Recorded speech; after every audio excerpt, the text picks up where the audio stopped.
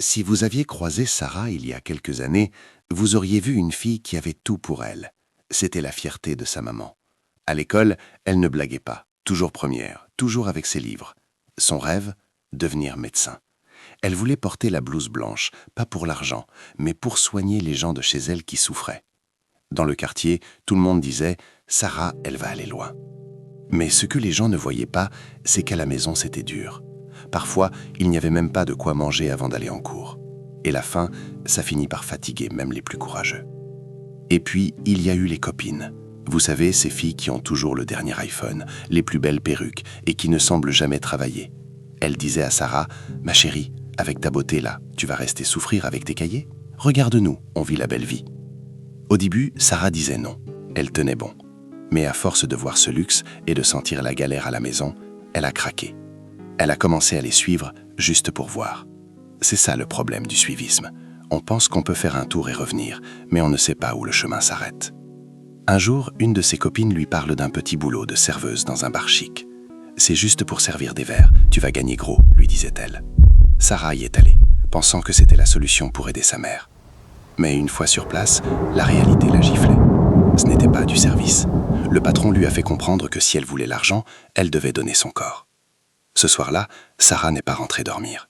Elle a pleuré toutes les larmes de son corps, mais elle se sentait déjà salie, déjà piégée. En quelques mois, la fille qui voulait soigner les gens s'est retrouvée à se vendre sur les trottoirs. Elle n'était plus la majeure, elle était devenue une ombre que les hommes utilisent et jettent. Elle était là, au milieu de la foule, mais elle n'avait jamais été aussi seule au monde. 2 ans. 2 ans que la vie de Sarah s'est arrêtée, alors que son corps, lui, continue de marcher tous les soirs. On s'habitue à tout, même au pire. Sarah s'était habituée à ne plus rien ressentir. Elle gérait ses nuits comme un robot. Le maquillage trop lourd, les talons qui font mal, et ce sourire forcé pour plaire à des inconnus. Elle ne se regardait plus vraiment dans le miroir. Elle se contentait de vérifier si son rouge à lèvres était bien mis. Pour elle, la petite écolière qui rêvait d'être médecin était morte et enterrée. Elle se disait que c'était trop tard, que le monde l'avait déjà jugée et classée dans la catégorie des filles perdues. Et puis, il y a eu ce fameux mardi matin. Sarah rentrait de sa garde, épuisée, la tête basse. Elle est passée devant son ancien lycée. Elle a vu les filles sortir pour la pause en riant, leur sac à dos rempli de futur. Soudain, une petite fille d'à peine 8 ans a trébuché devant elle. Ses cahiers se sont éparpillés par terre. Sarah s'est précipitée pour l'aider. En ramassant un des cahiers, elle a vu une étiquette. « Mon rêve, soigner les gens ». C'était comme si elle recevait une décharge de 2000 volts en plein cœur. La petite l'a regardée et lui a dit « Merci grande sœur, tu es très belle ». À ce moment-là, Sarah a croisé son propre reflet dans la vitre d'une voiture garée juste à côté. Elle a vu ses yeux fatigués, son look qui criait la nuit, et elle a comparé cela à l'innocence de cet enfant. Elle n'a pas vu une prostituée, elle a vu une prisonnière. Elle a réalisé que son corps était enfermé, mais que la petite Sarah qui aimait la poésie était encore là, quelque part, en train de l'appeler au secours. Ce matin-là, Sarah n'est pas allée dormir. Le cri de son cœur était devenu trop fort pour être ignoré. Elle est rentrée dans sa petite chambre, elle a jeté ses vêtements de nuit dans une poubelle, sans même réfléchir. La peur était là, immense, étouffante. Où est-ce que je vais aller? Qui va m'aider? Elle savait que si elle restait, elle mourrait à petit feu. Elle a pris son vieux sac d'école, celui qu'elle n'avait jamais eu le courage de jeter.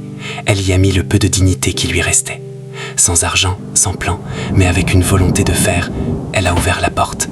Elle savait que ses amis et ses protecteurs allaient la chercher, qu'ils allaient essayer de la ramener. Mais pour la première fois depuis 2 ans, Sarah n'avait plus peur de l'avenir. Elle avait plus peur de rester la même. Elle a commencé à marcher, droit devant elle, vers l'inconnu.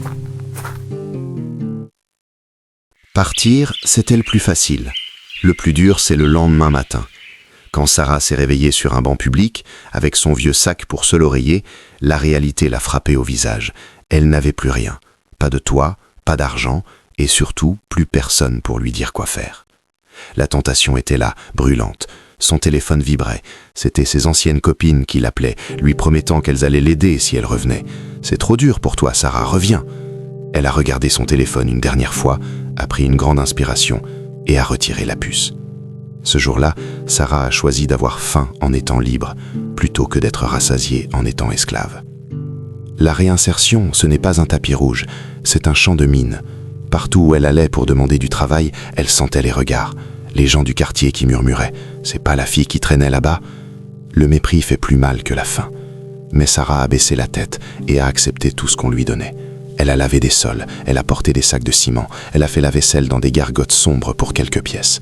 Ses mains, autrefois si douces, sont devenues rugueuses. Mais chaque soir, en regardant ses mains cailleuses, elle se sentait de plus en plus propre. Elle a commencé à économiser, franc par franc, pour s'inscrire à une formation de couture. Elle ne voulait plus que l'on regarde son corps, elle voulait que l'on regarde son travail. Apprendre un métier, c'était aussi réapprendre à s'aimer. Sarah a découvert qu'elle était douée. Ses doigts, qui avaient tant souffert, créaient maintenant de la beauté. Elle transformait des tissus simples en robes magnifiques. Mais la vraie transformation était intérieure. Elle a compris que sa douleur n'était pas une honte, mais une expérience. Dans son atelier de fortune, elle a commencé à parler aux jeunes filles qui passaient par là, celles qui, comme elle autrefois, regardaient les voitures de luxe avec envie. Elle leur racontait la vérité sur la nuit. Elle ne les jugeait pas, elle les protégeait. En sauvant ses filles du suivisme, Sarah était enfin en train de guérir ses propres blessures. Elle n'était plus une victime, elle était devenue une lionne. Le temps a passé. Les cicatrices sur les mains de Sarah sont toujours là, mais elle ne raconte plus la même histoire. Aujourd'hui, quand on prononce son nom dans le quartier, ce n'est plus avec un murmure de mépris, mais avec un immense respect. Sarah n'est plus la petite écolière qui rêvait, ni la jeune femme qui se perdait. Elle est devenue celle qui a réussi l'impossible, se reconstruire à partir de ses propres cendres. Elle dirige aujourd'hui la maison de Sarah, un centre où la couture n'est qu'un prétexte. C'est un refuge, un endroit où les filles qui ont trébuché viennent apprendre qu'elles ont encore une valeur immense.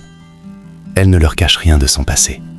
Elle leur montre ses anciennes photos, non pas pour les choquer, mais pour leur dire « Regardez d'où je viens, et regardez où je suis. Si je l'ai fait, vous le pouvez aussi. » Souvent, le soir, Sarah retourne marcher sur les lieux de son ancienne vie. Non pas par nostalgie, mais pour savourer sa victoire. Elle croise parfois les ombres qu'elle était autrefois. Elle voit le regard vide de ces filles qui attendent sous les lampadaires. Elle ne ressent plus de honte. Elle ressent une force tranquille. Elle a compris une chose fondamentale que beaucoup ignorent. Ton passé n'est pas une prison. C'est une bibliothèque d'expérience. Elle a appris la psychologie humaine sur le trottoir. Elle a appris la gestion de crise dans la faim. Et elle a appris la résilience dans le mépris. Tout ce qui devait la détruire est devenu le mortier qui a solidifié sa fondation. Elle est debout, fière, et son sourire n'est plus un masque. C'est le reflet d'une paix qu'aucune somme d'argent ne peut acheter. L'école s'était arrêtée, mais l'apprentissage de la vie, lui, ne s'arrête jamais. Le suivisme vous emmène là où vous ne voulez pas aller, mais la volonté vous ramène là où vous méritez d'être. Sarah n'est pas une exception, elle est une preuve. La preuve que l'on peut avoir été un objet la nuit et devenir une lumière le jour. Alors, avant de fermer cette page, souvenez-vous de ceci. La vie ne vous demande pas d'être parfait, elle vous demande d'être courageux. Ne laissez jamais personne, ni même votre propre miroir, vous dire que vous avez trop chuté pour vous relever. Car à la fin, ce n'est pas la chute que l'on retiendra, mais la majesté de votre ascension. Ton passé peut avoir des cicatrices, mais il ne définit jamais la valeur de ton avenir. On ne juge pas une femme à l'endroit où elle est tombée, mais à la hauteur à laquelle elle a su se relever.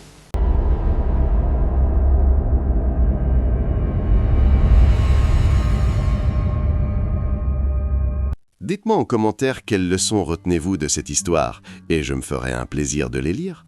Si vous voulez percer les mystères qui se cachent derrière les lieux que vous côtoyez au quotidien, alors vous êtes au bon endroit. Abonnez-vous dès maintenant pour ne rien manquer de nos prochaines histoires. Et n'oubliez pas d'activer la petite cloche de notification pour être averti de chaque nouvelle vidéo.